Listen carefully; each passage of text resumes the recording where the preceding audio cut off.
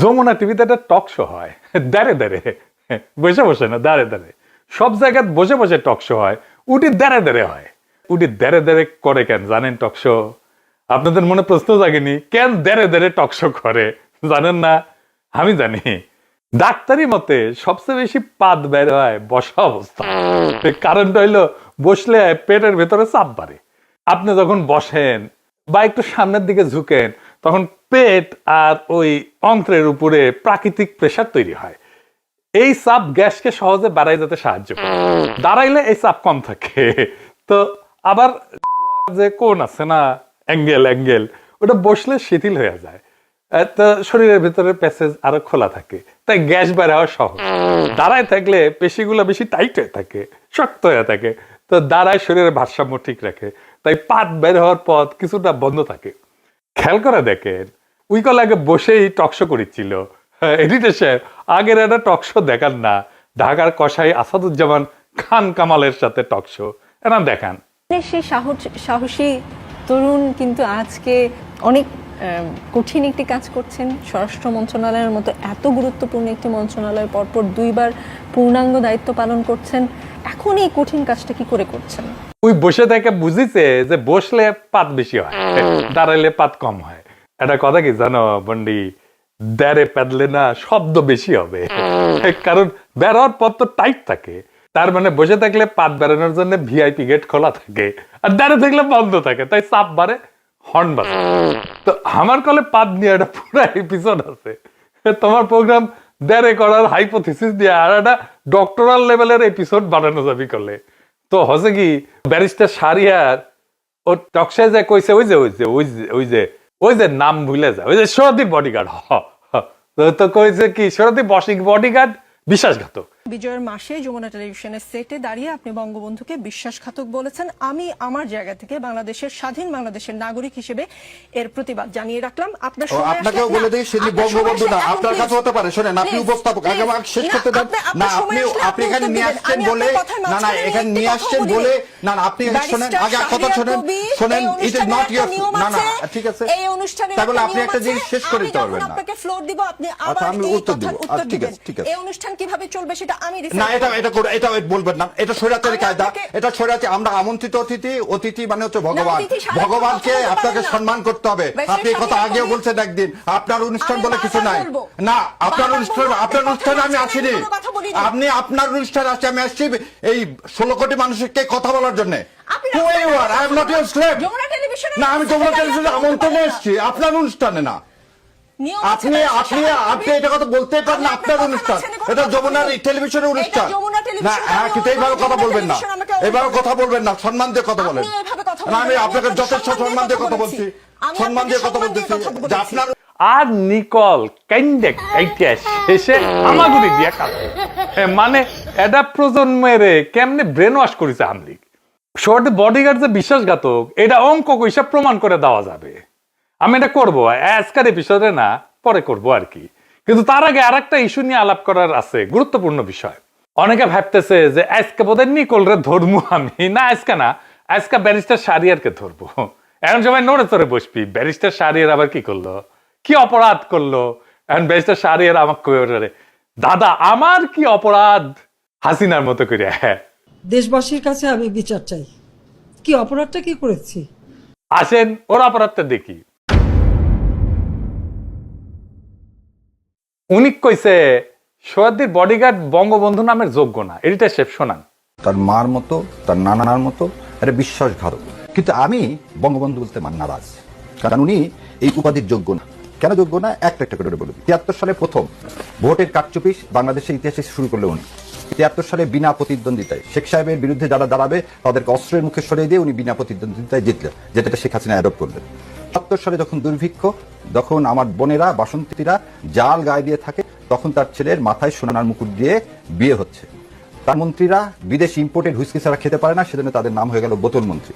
22,000 জাসদ কর্মীকে রক্ষী বাহিনী দ্বারা হত্যা করা হলো। সিরাজ শিকদার কোথায় এক বলে হত্যা করা হলো। বাংলাদেশকে হত্যা করা হলো, আওয়ামী লীগকে হত্যা করা। আবার বলতেছে বাংলাদেশ এবং আওয়ামী লীগকে হত্যা করা হলো 75 সালে 24শে জানুয়ারি বাকশাল কায়েমের মাধ্যমে। সেই লোক কোনোদিন বঙ্গবন্ধু হতে পারে না। শুনেছেন? এটা একেবারে ভুল কথা। সরকারি বডিগার্ড বঙ্গবন্ধু নামেরই যোগ্য। তাহলে বুঝতে হবে বঙ্গবন্ধু নামটার মধ্যে কি লুকায় আছে। ওই নামের মধ্যেই লুকায় আছে আমাদের দাসত্বের চিহ্ন। বঙ্গবন্ধু শব্দটা এমন ভাবে তৈরি এবং প্রতিষ্ঠিত এবং ব্যবহার করা হয় বাংলাদেশে, যে বাংলাদেশ রাষ্ট্রকে ভারতীয় হেজিমনি, মানে তার সাংস্কৃতিক, তার সিভিলাইজেশনাল যে ধারাবাহিকতা, তার মধ্যে ঢুকে ফেলে। এটাই হলো ভাষার ভেতরে লুকানো রাজনীতি। রাজনীতির বাহন কলে ভাষা, ভাষা দিয়েই রাজনীতি তৈরি হয়। ভাষার মধ্যেই আপনার রাজনীতি খুঁজতে হবে। আমি ব্যাখ্যায় পরে যাব, আগে আসেন আমরা এই বঙ্গ এই শব্দটার মানে বুঝে আসি, আর বন্ধু এই শব্দটারও মানে বুঝে আসি। আজকের এপিসোডের পর আওয়ামী লীগ বঙ্গবন্ধু শব্দটা আর ইউজ করবে না। হাসিনা আমলে ওর জয় বাংলা স্লোগান ইউজ করা বন্ধ করে দিয়েছিলাম। ওই একই কাজ করবো আমরা বঙ্গবন্ধু শব্দটা নিয়ে। আসেন শুরু করি আল্লাহর নামে। আচ্ছা কন্ত, কেন উনার উপাধি বাংলা বন্ধু হইল না? কেন বাংলাদেশের বন্ধু হইল না? কেন বঙ্গ? আজ আর একটা কথা বলি। পাকিস্তান হইল বাংলা ভাগ হইল, পূর্ব দিকে পূর্ব বাংলা, পশ্চিম দিকে কি কি পশ্চিম বাংলা না, পশ্চিমবঙ্গ। ওইটা কেন পশ্চিম বাংলা হইল না? আচ্ছা আপনারা জানেন রয়ের চিত্তরঞ্জন সুতার বাংলাদেশে হিন্দুদের নিয়ে একটা স্বাধীন দেশ গঠনের আন্দোলন করেছিল। নাম কি ছিল জানেন? স্বাধীন বঙ্গভূমি আন্দোলন। কেন বঙ্গভূমি, কেন বাংলা ভূমি না? কারণ বঙ্গ এই শব্দটা সংস্কৃতি ঘেঁষা এবং মূলত হিন্দু ভারতীয় পরিভাষা, আর বাংলা শব্দটা মুসলিম শাসন পর্বে প্রতিষ্ঠিত। ভারত বাংলা বলে না, বলে বঙ্গ। আমি আপনাকে 18টা খুব বিখ্যাত বইয়ের শিরোনাম আর লেখকের নাম দেখাই। বইয়ের বিষয় বাংলা, কিন্তু শিরোনাম কি দেখেন?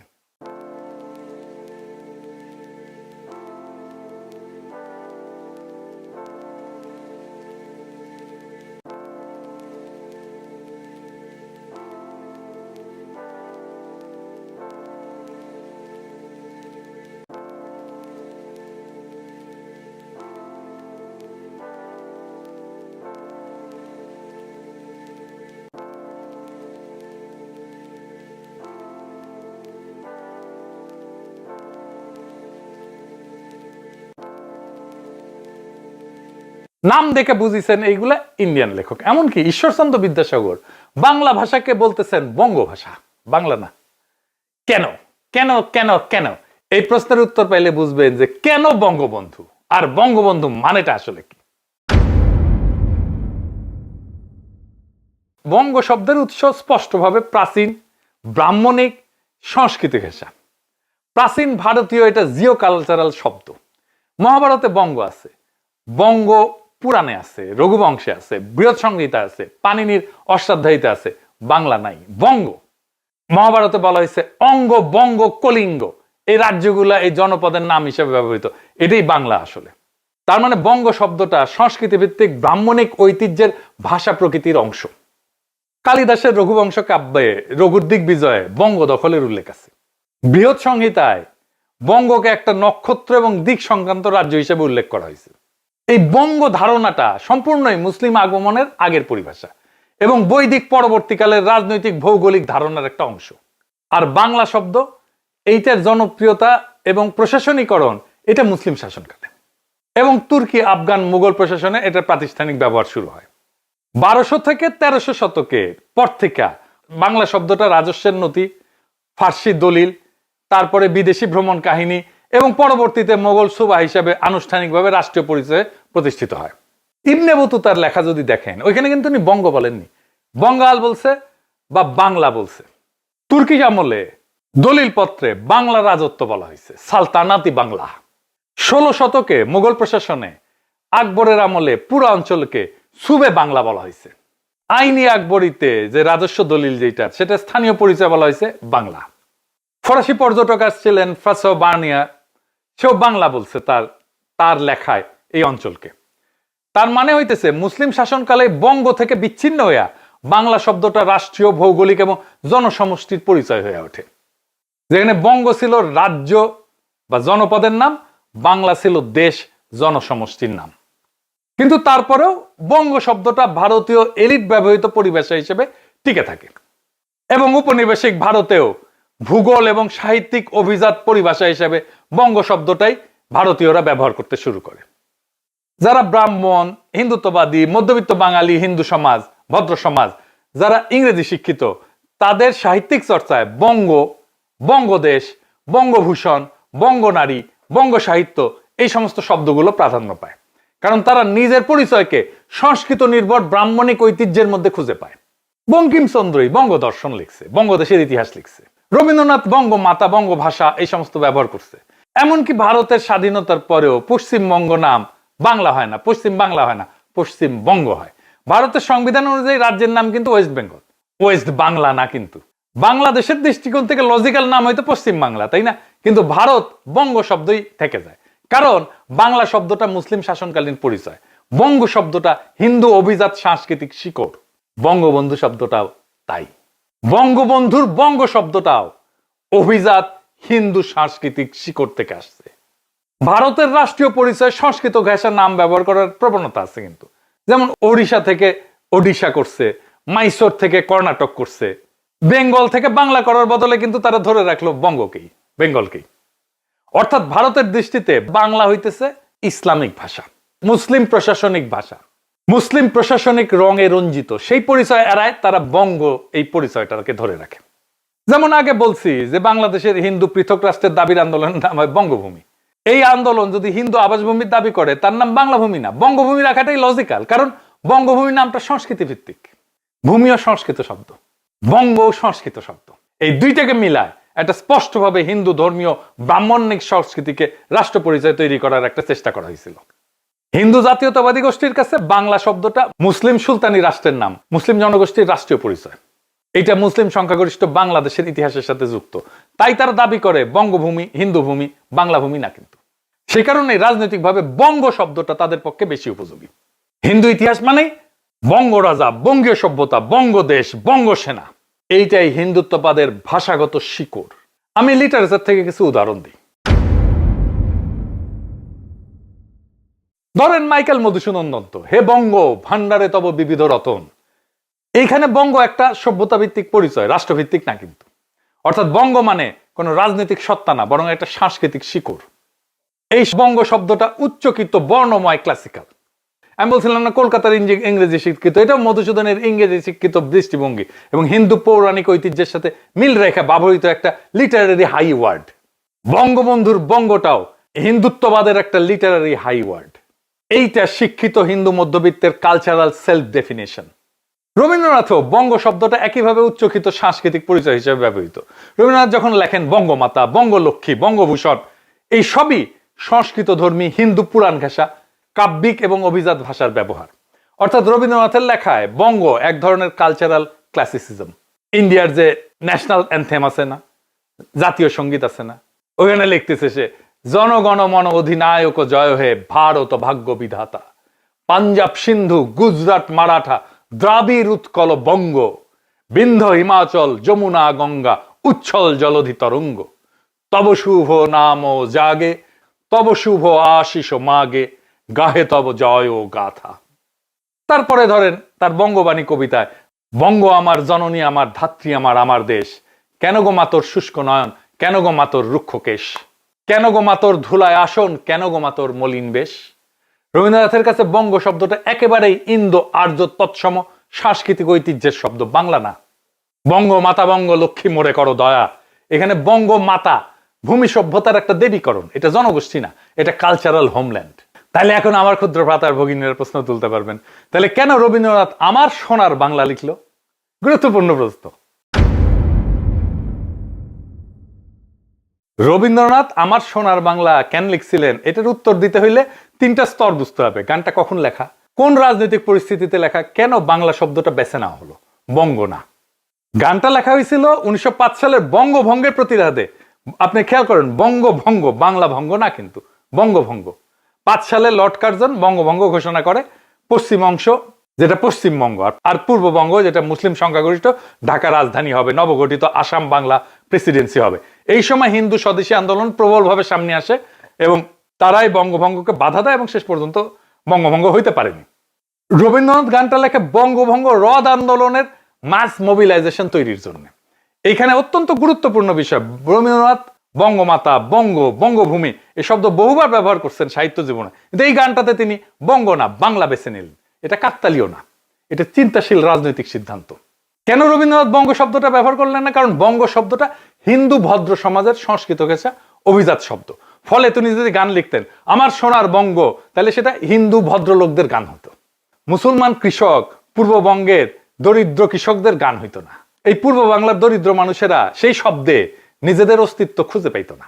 রবীন্দ্রনাথ এটা গভীরভাবে জানতেন। বাংলা শব্দটা তখনকার সাধারণ মানুষের ভাষা এবং সবচেয়ে গুরুত্বপূর্ণ, এটা মুসলমান জনগোষ্ঠীকে সমানভাবে স্পর্শ করবে। সেই জন্যেই তিনি আমার সোনার বাংলা লিখছেন, আমার সোনার বঙ্গ লেখেননি। তাইলে বুঝতে পারতেছেন তো, বঙ্গবন্ধু আসলে বাংলাদেশের মানুষের বন্ধু না। সে ভারত বাংলাদেশকে যেই বঙ্গ হিসাবে পাইতে চায়, তার ফিজিক্যাল এমবডিমেন্ট, সোহরাওয়ার্দীর বডিগার্ডকে নিয়ে ইন্ডিয়ার যে উচ্ছ্বাস, তা শুধু এই কারণে না যে পাকিস্তান ভাঙছে, বরং এই কারণে যে সে তার মিথিক্যাল ভারতের অংশ যে বঙ্গ, সেটাকে সে ফিরায় আনার বন্ধু। সে আসলেই অখণ্ড ভারতের বন্ধু, সেই বঙ্গের বন্ধু। সেই জন্যই সে বঙ্গবন্ধু। অর্থাৎ বঙ্গবন্ধুর নামটা গঠিত হয়েছে ভারতীয় ভাষা সংস্কৃতির কাঠামোর ভেতরে। এইবার আসেন, এই সামান্য একটা শব্দ দিয়া ইন্ডিয়া কিভাবে আমাদের রাজনীতিকে নিয়ন্ত্রণ করছে সেটার একটা হদিশ নেই। এইখানে পিয়ার বর্দিওর একটা আলাপ লাগবে। এই বঙ্গবন্ধু এটা বোঝার জন্য জরুরি। পিয়ার বর্দিও ছিলেন একজন ফ্রান্সের প্রভাবশালী সমাজবিজ্ঞানী, দার্শনিক এবং একজন পাবলিক ইন্টেলেকচুয়াল। 20 শতকের সামাজিক তত্ত্বের সবচেয়ে গুরুত্বপূর্ণ চিন্তাবিদদের তিনি একজন। তার গবেষণা মূলত ক্ষমতা, প্রতীকী আধিপত্য, শিক্ষা, সাংস্কৃতিক পুঁজি, রুচি এবং ভাষার রাজনীতি নিয়ে। আমরা যে বলি না social capital, cultural capital, symbolic capital, এইটা বর্দিওর ধারণা, এটা অরিজিনাল ধারণা। তিনি 3টে জিনিস বলছেন: সাংস্কৃতিক পুঁজি, যেটা শিক্ষা, রুচি, ভাষা; সামাজিক পুঁজি, সম্পর্ক; প্রতীকী পুঁজি, মর্যাদা, সম্মান। এই বিষয়ে আজকে আলাপ করব না। ওনার আরেকটা ধারণা আছে যেটার সাথে এই বঙ্গবন্ধুর ধারণাটা মেলে, সেটা হচ্ছে ল্যাঙ্গুয়েজ এবং সিম্বলিক পাওয়ার নিয়ে। ভাষা কোনো নিরপেক্ষ মাধ্যম না, এটা ক্ষমতা প্রয়োগের জায়গা। রাষ্ট্র, অভিজাত শ্রেণী, শিক্ষা প্রতিষ্ঠান ভাষার মাধ্যমে শ্রেণীভিত্তিক আধিপত্য চালায়। তো পিয়ার বর্দিও বলছেন, উনার একটা খুব বিখ্যাত বই ল্যাঙ্গুয়েজ অ্যান্ড সিম্বলিক পাওয়ার, উনি বলছেন naming is a symbolic act of imposition. তার মানে নাম দেওয়া, এই যে বঙ্গবন্ধু যে নাম দেওয়া, এই নাম দেওয়াটা মানে কোনো কিছুর উপরে নিজের অর্থ এবং আধিপত্য আরোপ করা। এটা এক ধরনের প্রতীকী আধিপত্য। এই বঙ্গবন্ধুর নামটা দিছে রয়্যাল লোকজন। বঙ্গবন্ধুর নামটা দেওয়া হচ্ছে একটা রাজনৈতিক প্রতীকী ক্ষমতার প্রয়োগ, এবং প্রতীকটা এমন, এই শব্দের সাংস্কৃতিক বুনন, ইন্ডিয়ার যে পাওয়ার স্ট্রাকচার, সেটার একটা মিনিং, অর্থ বহন করে। এটা কোনো আরব, পার্সিক, তুর্কি, আফগান, মুঘল বা বাঙালির লোক ভাষার শব্দ না। এটা ব্রাহ্মণ্য সংস্কৃতির ভাষিক ঐতিহ্যের শব্দ। এখানে ভাষা নিজেই একটা সাংস্কৃতিক উত্তরাধিকার বহন করে, যা রাজনৈতিক অর্থ তৈরি করে, পলিটিক্যাল মিনিং তৈরি করে। গ্রামসিও বলছেন যে একটা শব্দকে ন্যাচারালাইজ করা। গ্রামসি লিখছেন যে হেজিমনি বা কর্তৃত্ব, এটা এক্সারসাইজ হয় সংস্কৃতি এবং কমন সেন্স দিয়ে। বঙ্গবন্ধু শব্দটা ক্রমান্বয়ে এককভাবে সাধারণ বোধে বা কমন সেন্স বানানো হয়েছে, যে এই শব্দকে প্রশ্ন করা মানে রাষ্ট্রীয় সংস্কৃতি হেজিমনিকে প্রশ্ন করা, আমাদের ঐতিহ্যকে প্রশ্ন করা। এই জন্যই নিকল কান্দে। কিন্তু মূল বিষয়টা হইল শব্দটার সাংস্কৃতিক উৎস ভারতীয়, শব্দটার রাজনৈতিক ব্যবহার বাংলাদেশের রাষ্ট্র পরিচয়ের কেন্দ্রে। ফলে ভারতীয় সংস্কৃতি বাংলাদেশের রাষ্ট্র পরিচয়ের ভেতরে সাংকেতিকভাবে স্থাপিত হয়ে গেছে। এটাই হেজিমনি, এটাই কর্তৃত্ব, এটাই সাংস্কৃতিক কর্তৃত্ব। একটা শব্দ ব্যবহার করতে করতে করতে করতে আমরা ভুলে যাই এর সাংস্কৃতিক আদি উৎস কোথায়। জর্জ ল্যাকফ একজন আমেরিকান কগনিটিভ ভাষা বিজ্ঞানী আর কি, দার্শনিক এবং রাজনৈতিক ফ্রেমিং বিশ্লেষক। ওনার অনেক তথ্য আমি আমার কাজে, এপিসোড তৈরিতে ব্যবহার করি। আপনারা হয়তো খেয়াল করলে বুঝবেন পরে। ক্যালিফোর্নিয়া ইউনিভার্সিটি এবং বার্কলে ইউনিভার্সিটির ভাষা তত্ত্ব বিভাগের অধ্যাপক ছিলেন দীর্ঘদিন। তো উনার ফ্রেমিং বলে একটা আইডিয়া আছে, পলিটিক্যাল ফ্রেমিং। বঙ্গবন্ধু একটা সিভিলাইজেশনাল ফ্রেম উনার আইডিয়া অনুসারে। উনি বলছেন ফ্রেমই আমাদের পলিটিক্যাল রিয়ালিটি, রাজনৈতিক বাস্তবতাকে বুঝতে শেখায়। উনি বলছেন যে মানুষ তথ্য দিয়ে না, ফ্রেম দিয়ে রাজনীতি বোঝে।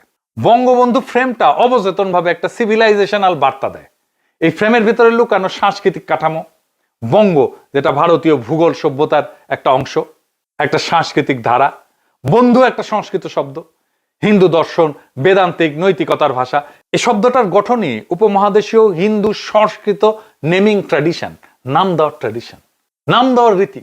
এটার রাজনৈতিক বার্তা এটাই যে বঙ্গ ভূখণ্ডকে এমন ভাবে কল্পনা করো যেন তা বৃহত্তর ভারতীয় সভ্যতার সাংস্কৃতিক অংশ। অতএব ফ্রেমটা ভাষার ভেতরে ভারতীয় সিভিলাইজেশনকে নর্মালাইজ করে ফেলে। এটা আর একটু গভীরে বুঝে দেখি। একটা শব্দ কিভাবে একটা দেশকে একটা নির্দিষ্ট সাংস্কৃতিক ধারার ভেতরে ঢুকায় দেয় এটা বোঝা দরকার। বঙ্গবন্ধু শব্দটা শুনলে আমরা বুঝি একজন মানুষ দেশের নৈতিক রক্ষক, ইতিহাস তার চারপাশ দিয়ে সাজানো, তাকে কেন্দ্র করে বাংলাদেশের ইতিহাস আবর্তিত হয়। কিন্তু এই শব্দটা ভাষাগত শিকড় কোথায়? এই প্রশ্ন আসলে ভারতীয় হেজিমনির দরজাটা খুলে দেয়। বঙ্গ এবং বন্ধু এই দুইটাই ভারতীয় সংস্কৃত শব্দ, এখানেই শুরু। বঙ্গ ভারতের প্রাচীন ভূগোল, বন্ধু শব্দটা খাঁটি সংস্কৃত শব্দ। বন্ধু মানে রক্ষক, অভিভাবক, সৎ আত্মীয়। অর্থাৎ এই উপাধিটা ভারতীয় ভাষিক সাংস্কৃতিক পরম্পরা সিলসিলা এইটা ব্যবহার করে তৈরি। যখন রাষ্ট্র এই শব্দটাকে কেন্দ্র করে জাতির ইতিহাস সাজায়, তখন রাষ্ট্রের পুরো রাজনৈতিক কল্পনায় দাঁড়ায় যায় ভারতীয় সভ্যতার শব্দ ভাণ্ডারের উপরে। এর ফলে জনগণের অবচেতন মনে প্রতিষ্ঠিত হয় আমাদের রাষ্ট্র পরিচয়ের কেন্দ্রে ভারতীয় সাংস্কৃতিক ভাষা পরম্পরা আছে, আমাদের রাষ্ট্র পরিচয়ের কেন্দ্রে আছে ইন্ডিয়ান সিলসিলা। এটাই হেজিমনির প্রথম ধাপ। এই ফ্রেমটা ভারতীয় সভ্যতাকে বাংলাদেশি পরিচয়ের স্বাভাবিক অংশ বানায় ফেলে। গ্রামসি বলছিলেন যে হেজিমনি এমন ভাবে ধারণা চাপায় দেয় যাতে মানুষ বুঝতেই না পারে যে তাকে কিছু চাপায় দেওয়া হয়েছে। বঙ্গবন্ধু শব্দটা দিয়া বাংলা ভূগোলকে ভারতীয় সভ্যতার সঙ্গে জুড়ে দেওয়া হয়েছে। রাজনৈতিক নেতৃত্বকে ধর্মীয় নৈতিক অভিভাবক টাইপ করে তুলছে। জাতির উৎপত্তিকে এমন ভাবে সাজাইছে যাতে ভারতের সাংস্কৃতিক টান স্পষ্ট থাকে। ফলে কি হয়? এই যে হাসিনার ফ্যাসিবাদ, এই হাসিনার ফ্যাসিবাদ এইভাবেই চলে আসছে, হাসিনার ফ্যাসিবাদ এইভাবেই স্বাভাবিক হয়ে গেছে। আবারও হাসিনা ফিরে আসার চেষ্টা করতেছে এই নামকে ধরেই। এই জন্য আমরা 32 নম্বর ভেঙে দিছি, আবারও ভাঙবো দরকার হইলে। ভারতীয় সাংস্কৃতিক নেতৃত্ব দেশের গল্পের ভেতরে স্বাভাবিক হয়ে যায় তখন। ইসলামী নাম বলেন, তুর্কি বলেন, আফগান বলেন, পার্সিক বলেন, লোকজ নাম বলেন, এই সাংস্কৃতিক উপাদানগুলো তখন অদৃশ্য হয়ে যায়। এটাই কালচারাল ন্যাচারালাইজেশন, হেজিমনির দ্বিতীয় স্তর। এবং এই শব্দটা রাষ্ট্র পরিচালনার নৈতিক কেন্দ্র বানায় ফেলছে। তার মানে ভারতীয় নৈতিক কাঠামো আমদানি। বন্ধু শব্দটা সাধারণ বন্ধু না, সংস্কৃতিতে বন্ধু একটা নৈতিক ধর্মীয় শব্দ। এটা যুক্ত থাকে আত্মীয়তা, রক্ষা, ধর্ম, কর্তব্যের ধারণার সাথে। যখন রাষ্ট্র এই শব্দটাকে পবিত্র রাজনৈতিক উপাধিতে রূপান্তর করে, তখন রাষ্ট্রের নৈতিক শিক্ষা, নৈতিক ভাষা ভারতীয় কাঠামো দিয়ে সাজানো হয়ে যায়। আপনি বলেন না বাংলাদেশে এত এত ইন্ডিয়া প্রেমী কেমনে আসলো? এই যে এইভাবে আসছে। বাংলাদেশের রাষ্ট্র পরিচয়তে বাংলাদেশের সাধারণ মানুষের যে ধর্মীয় চেতনা তার নৈতিক ধারার উপরে প্রতিষ্ঠিত না, সংস্কৃত নৈতিক ধারার উপরে দাঁড়ানো। এটাই হেজিমনির তৃতীয় স্তর, নৈতিক বয়ানের দখল। বঙ্গবন্ধু এই ফ্রেমটার বিরোধিতা মানে অকৃতজ্ঞতা। হাসিনা বলতো না অকৃতজ্ঞ জাতি। ভারতীয় রাজনৈতিক নৈতিকতা, ভারতীয় ধর্মগ্রন্থ, পুরাণ, মহাকাব্য সব জায়গায় রাজা, অভিভাবক বা রক্ষকের অবাধ্য হওয়া এটা একটা নৈতিক অপরাধ। এই নৈতিক কাঠামো হুবহু আসে বঙ্গবন্ধু ফ্রেমে। বিরোধিতা মানে অকৃতজ্ঞতা, সমালোচনা মানে অপবিত্রতা, যুক্তি মানে নৈতিক ব্যর্থতা। রাজনৈতিক বিরোধিতা ভারতীয় যে নৈতিক সংস্কৃতি, মরাল যে কালচার, সেটার ভেতরের কাঠামো দিয়ে বিচার করতে থাকে। এটাই এথিক ও পলিটিক্যাল হেজিমনি। এটাই আমাদের ক্ষেত্রে ঘটছে। বঙ্গবন্ধু শব্দটা এত স্যাক্রেড, এত পবিত্র, এইটাই হচ্ছে ভারতীয় রাজনৈতিক ধর্মতত্ত্বের প্রতিফলন। নিকলরা কান্নাকাটি শুরু করে দেয়। একজন নিকৃষ্ট স্বৈর শাসক, হাসিনার ফ্যাসিবাদের আইকন, তার নামে কিছু বললেই কান্নাকাটি শুরু করে দেয়। কেন? ভারতীয় উপমহাদেশে রাজনৈতিক নেতৃত্বকে দেব সদৃশ্য করে দেখার ইতিহাস আছে। রাজা মানে ধর্ম রক্ষক, মহাত্মা মানে নৈতিক অভিভাবক, গুরু, বন্ধু, পথ প্রদর্শক। বঙ্গবন্ধু নামটা ঠিক এই জায়গাটাই দখল করে। একজন মানুষকে রাজনৈতিক নেতা না, নৈতিক পবিত্র অভিভাবক করে তোলে। এটা সরাসরি ভারতীয় রাজনৈতিক সাংস্কৃতিক ঐতিহ্যের প্রভাব। এর শেষ ফল কি? নিকলের কান্নাকাটি। বঙ্গবন্ধু নামের ফ্রেম বাংলাদেশি জাতির কল্পনাকে ভারতীয় সাংস্কৃতিক মানচিত্রে স্থাপন করে। সবার সে তাইলে কি ঘটে? রাষ্ট্রের উৎপত্তি ভারতীয় ভাষিক কাঠামোর মধ্যে ঢুকে যায়। ইতিহাস ভারতীয় নৈতিক ধারায় সাজানো হয়। বিরোধিতা ভারতীয় নৈতিক শব্দে বিচার করা হয়। নেতৃত্ব ভারতীয় পবিত্রতার মানদণ্ডে মূল্যায়িত হয়। জাতির আত্মপরিচয় ভারতীয় সভ্যতার ধারাবাহিকতার অংশ হিসেবে দেখা হয়। এটাই ইন্ডিয়ান কালচারাল হেজিমনি। এটা জোর করে চাপায় দেয়নি, এটা ভাষার ভেতর দিয়ে, ফ্রেমের ভেতর দিয়ে নিজে থেকেই মানুষের মনে জায়গা করে নিছে। তাই বঙ্গবন্ধু নামটা শুধু রাজনৈতিক উপাধি না, এটা এমন একটা সাংস্কৃতিক ফ্রেম যা বাংলাদেশের রাষ্ট্র পরিচয়কে ভারতীয় সভ্যতা, ভাষা, নৈতিক কাঠামোর মধ্যে বসায় দেয়। এভাবে ভারতীয় হেজিমনি সফট পাওয়ার দিয়ে প্রতিষ্ঠা পায়। এই জন্যই দেখেন একটা নিকৃষ্ট স্বৈরাচার হইলেও তার পবিত্রতায় নুয়ে পড়ে এক একটা মাল, এবং নুয়ে পড়াটাকেই সে তার পবিত্র দায়িত্ব বলে মনে করে, দেশপ্রেমিক কর্তব্য বলে মনে করে আমি একটা মহান কাজ করে ফেলছি। তো এতক্ষণ যে আলাপটা করলাম সবকিছুর খেই এক জায়গায় গিয়ে মেলে, সেটা হইতেছে একটা শব্দ। সেই শব্দটা বঙ্গবন্ধু। একটা শব্দের ভেতরে কি থাকতে পারে? একটা নাম, একটা স্মৃতি, একটা আবেগ, এই তো, তাই না? না, এখানে না, এখানে আপনি ঠকছেন। এই যে একটা শব্দের ভেতরে গুজে রাখা হয়েছে পুরো একটা সভ্যতা, পুরো একটা ক্ষমতার হিসাব, আর আপনার রাষ্ট্রকে কার হাতে বাধা থাকবে সেই সিদ্ধান্ত। বঙ্গ আর বন্ধু এই দুইটা জিনিস জোড়া দিয়ে এমন একজন মানুষকে বানানো হয়েছে, সে শুধু নেতা না, শুধু প্রেসিডেন্ট না, শুধু লিডার না, বরং পুরা বঙ্গ নামের ভারতীয় সভ্যতার নৈতিক অভিভাবক। মানে আপনি তাকে মানলে আপনি আসলে ওই সভ্যতার আধিপত্য মাইনা নিছেন। আর আপনি যদি প্রশ্ন করেন, আপনি শুধু রাজনৈতিক বিরোধী না, আপনি অকৃতজ্ঞ, আপনি অনৈতিক, আপনি দেশদ্রোহী। এটাই তো হেজিমনি। যখন আপনাকে এমন ভাবে বাধা হয়, আপনি নিজেই আপনার শেকলকে লকেট বানায় গলায় ঝুলাই ঘোরেন। এখন প্রশ্নটা খুবই সোজা, আমরা কি চাই? স্বাধীন বাংলাদেশ, নাকি বঙ্গ নামের এক ভারতীয় মিথিক্যাল মানচিত্রের মধ্যে ঝুলে থাকা এক টুকরো প্রভিন্স? আমরা কি চাই? যে আমাদের রাষ্ট্রের পরিচয় হবে আমাদের সংস্কৃতি, আমাদের ধর্ম, আমাদের সংখ্যাগরিষ্ঠ মানুষের ধর্ম, বাংলার গণমানুষের লড়াই, নাকি মহাভারত পুরাণ ইন্দো সভ্যতার অখণ্ড ভারতের ফ্রেমের ভেতরে আমাদের ইতিহাস লুকায় থাকবে? আপনি যে ফ্রেম বাছেন, আপনার রাষ্ট্র সেই মানচিত্রে যায় বসে। একটা কথা পরিষ্কার করে বলি, এখানে কেউ ব্যক্তির ভালো মন্দ, পাপ পুণ্য, ত্যাগ তিতিক্ষা নিয়ে আলাপ করতেছে না। আমার কথা খুব সোজা, বঙ্গবন্ধু নামটা বাংলাদেশি রাষ্ট্র পরিচয়ের জন্য পলিটিক্যালি টক্সিক। এই নামটা বাংলাদেশের স্বাধীন সীমানার ভিতরে ভারতীয় হেজিমনির ট্রোজান হর্স। এই শব্দটা রেখা আপনি ভারতীয় আধিপত্যের সঙ্গে লড়াই করবেন, এইটা হয় না। এটা নিজেই লজিক্যালি কনফ্লিক্টেড। তাই আমার প্রস্তাব খুবই ক্লিয়ার, আমরা ইতিহাস নিয়ে আলাপ করতে হবে। আমরা ব্যক্তি মুজিবুর রহমানকে ক্রিটিক করব না করব সেটা আলাদা প্রসঙ্গ, কিন্তু বঙ্গবন্ধু এই নামের এই ব্রাহ্মণিক ইন্ডিক ফ্রেমটা এটা ভাঙতেই হবে। আপনি চাইলে তাকে শেখ মুজিবুর রহমান বলেন, ঠিক আছে, মুজিবুর রহমান বলেন, ঠিক আছে, মুজিব বলেন, যাই বলেন, হাসিনার বাপ বলেন, সোহরাওয়ার্দীর বডিগার্ড বলেন, হোয়াট এভার, যাই বলেন, কিন্তু রাষ্ট্রের নামের সঙ্গে, জাতির নৈতিক কোরের সঙ্গে, রাষ্ট্রের জন্ম কাহিনীর কেন্দ্রে বঙ্গবন্ধু নামের ইন্ডিয়ানাইজড ভারতীয় ফ্রেম রেখে দিলে আপনি কখনোই ভারতীয় হেজিমনি থেকে মুক্ত হইতে পারবেন না। লিখে রাখতে পারেন আমার কাছ থেকে। আজকে যদি আমরা এই একটা শব্দ ভাঙতে না পারি, আগামী 50 বছর আপনি যত রাজনীতি করেন ফলাফল একই থাকবে। মানচিত্রে বাংলাদেশ, মগজের ভেতরে বঙ্গ ইন্ডিয়ার সভ্যতা।